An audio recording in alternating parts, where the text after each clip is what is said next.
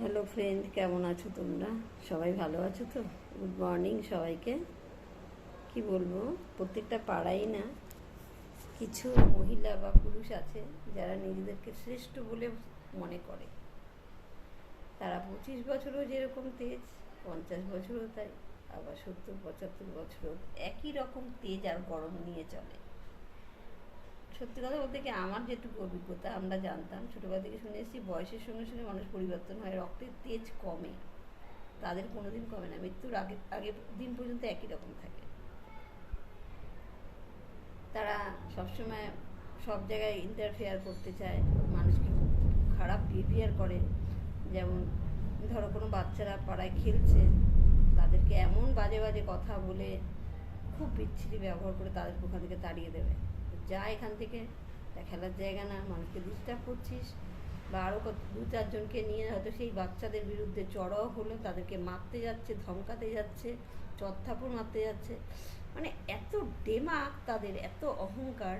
আরে বাবা, তুমি বোঝো যে তোমার যখন 60, 65, 50 বছর বয়সে এত ডেমাক, এত রক্ত গরম যে বাচ্চাদের কিভাবে ব্যবহার করতে হয় বাচ্চাদের সঙ্গে সেটা শেখোনি, তাদেরকে তেড়ে তেড়ে মারতে যাচ্ছ। বাচ্চারা তো 5 জন এক জায়গায় হলে দুষ্টুমি করবেই। হ্যাঁ, তাহলে ওই বাচ্চাটা যার 15, 20, 25 বছর বয়স, তার রক্ত টক বক করে ফুটছে, সে তোমার সঙ্গে কীরকম আচরণ করবে? করা উচিত? তুমি আগেকার দিনের লোক হয়ে যদি ওইরকম ব্যবহার করো 70-75 বছর বয়সে, সেই বাচ্চাটা তো এখনকার বাচ্চা, তাদের রক্ত গরম, তাদের থেকে সাবধান। গুতা খেতে হবে এক সময় না এক সময় তাদের থেকেই। নিজেকে পরিবর্তন করা উচিত বয়সে। সব থেকে বড় কথা, প্রত্যেকটা মানুষেরই তাই, মানুষের সঙ্গে প্রত্যেকটা অল্প বয়সী ছেলে মেয়ে বলো, সবার সঙ্গে বিহেভিয়ারটা ঠিকঠাক করা উচিত। সেই বাচ্চাটিকে যদি তুমি বলো, বাবু এখানে চেঁচামেচি করিস না, আমরা তো দুপুরবেলা ঘুমোই, তোমরা আস্তে কথা বলো শোনা, ওরা আপনিই শান্ত হয়ে যাবে। ঠিক আছে কাকিমা বা কাকু, আমরা আস্তে কথা বলবো। তুমি গিয়ে যাদের টেনে মারতে গেলে, তারা কি কখনো তোমাকে মানবে? নিজের কথা ভাবো, তুমি নিজে কি, সে যাকে শাসন করতে যাচ্ছ সেই যোগ্যতা কি তোমার আছে? সেটা ভাবতে হবে। এরকম দাদা দিদি পাড়ায় অনেক আছে। কেউ হয়তো কোথাও মুদি দোকান খুলে বসেছে, এখানে খোলা চলবে না, হাঁটো এখান থেকে, জিনিসপত্র নিয়ে হাঁটো, কে পারমিশন দিয়েছে এখানে বসেন? তারা কখনো নত হয় না, সারা জীবন মস্তানি করে বেড়ায়, ছেলে বলো মেয়ে বলো। আমাদের দেশের প্রধানমন্ত্রী, মুখ্যমন্ত্রী সবসময় হাত জোর করে চলে সবার কাছে, তাদের ব্যবহারের মধ্যে একটা নম্রতা আছে।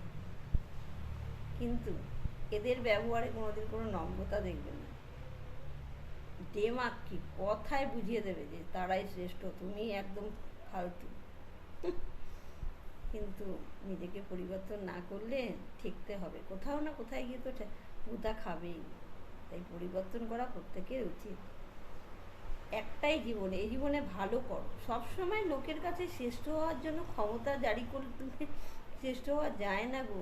ভালোবাসা দিয়ে মানুষের সঙ্গে সৎ ব্যবহার করেও কিন্তু শ্রেষ্ঠ হওয়া যায়, তাই না?